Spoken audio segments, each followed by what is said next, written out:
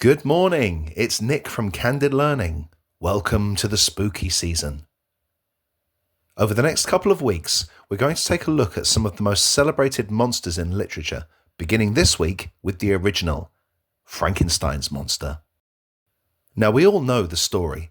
A genius scientist creates life from separate body parts, a quick bolt of lightning and voila, new life. But how did Mary Shelley originally envisage the creature's conception? Well, to answer that question, let's look at some background. Shelley's life was sadly marked by death. She lost her mother while she was still in the crib. By 17, she had eloped with the poet Percy Bysshe Shelley and was pregnant with his child. Unfortunately, this baby died just a few days after being born. I wish I could tell you that things improved for the Shelleys after that, but I can't. Tragically, they went on to lose their next two children as well. With incredible bravery, Mary focused this pain into the creation of Frankenstein, her first full novel. Part of her inspiration came from dreams. In one dream, she imagined being able to bring her baby back to life by warming it by a fire. In another, she imagined a pale student of unhallowed arts kneeling next to a hideous phantasm of a man that he had put together. Following the workings of some powerful engine, this lifeless being then showed signs of life and stirred with uneasy motions. So, a nice clear set of instructions for making a monster. James Whale certainly thought so. In his 1931 film, the titular scientist sews together pilfered body parts, then harnesses lightning to bring it to life. This image of the creature, sallow skin, bulbous forehead, bolts through the neck, coupled with Karloff's performance, sets the scene for every other adaptation. But what does the novel have to say? Well, here's where things get interesting. Shelley's description of the component parts of a corpse being reassembled and then given vital warmth by galvanism was first written in her preface to the third edition of the novel, nearly 15 years after it was first published. As such, we need to go back further and look at the details that she provides in the original 1818 novel. As a teenager, Victor witnesses an old and beautiful oak being utterly destroyed by the power of lightning. This experience leads him to study electricity, galvanism, and mathematics before leading him to the University of Ingolstadt in Germany. Here, he focuses on chemistry and biology and extensively studies the processes of decay. He eventually succeeds in discovering the cause of generation and life, becoming capable of bestowing animation upon lifeless matter. No lightning required. Now here is where things get even freakier.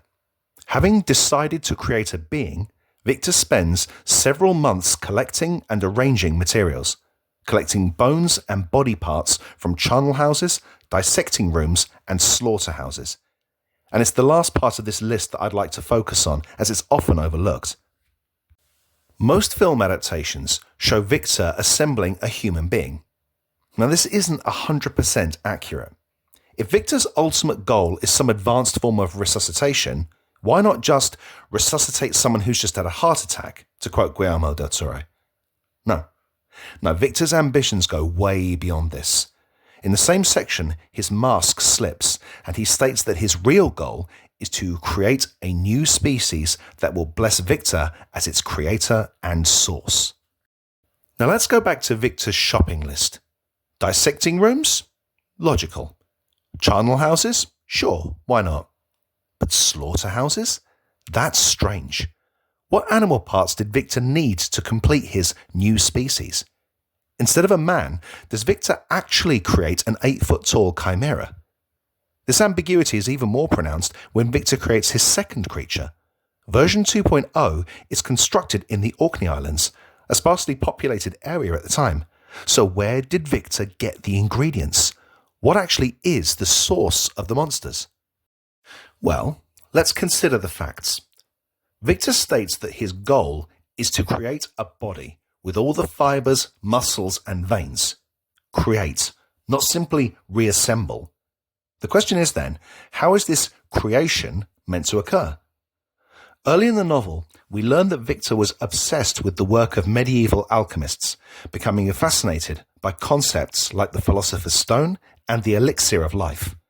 While he embraces the scientific method, he eventually comes to realize that any attempt to guide himself away from his occult studies is ultimately doomed. Instead of refuting the alchemist's goals, Victor simply reframes them in modern biochemical terms. Indeed, when he eventually collects the instruments of life and awakens his creation, the entire operation is lit by a nearly burnt-out candle, not explosive lightning or monstrous galvanic charges. Based on this, we need to look again at our conception of the creature. Instead of a patchwork man, should we instead be looking at something more organic, a creature grown or gestated in some way? Early adapters certainly thought so. Research by Stephen Forey suggests that there were nearly 50 stage adaptations of Frankenstein in the 19th century, well before the advent of film. In most of these versions, the monster is created via some form of alchemical process, more like an artificial birth than an industrial process, bringing us back to Shelley and her tragic experiences in pregnancy. Ultimately, this is all speculation. Shelley herself is vague on how the monster is constructed. She has Frankenstein assert, when pressed, that he will not speak of the subject, as it is dangerous knowledge. But I ask you, what's more dangerous, what's more risky than bringing a new life into the world, especially for a woman in the early 19th century, and especially if that baby is saddled with a father figure that dismisses it? When we read Frankenstein, we see not only the birth of a new genre, but the memorial for a life that could have been. Thanks for listening. Remember to like and subscribe, and we'll see you next time. Take care. Most film adaptations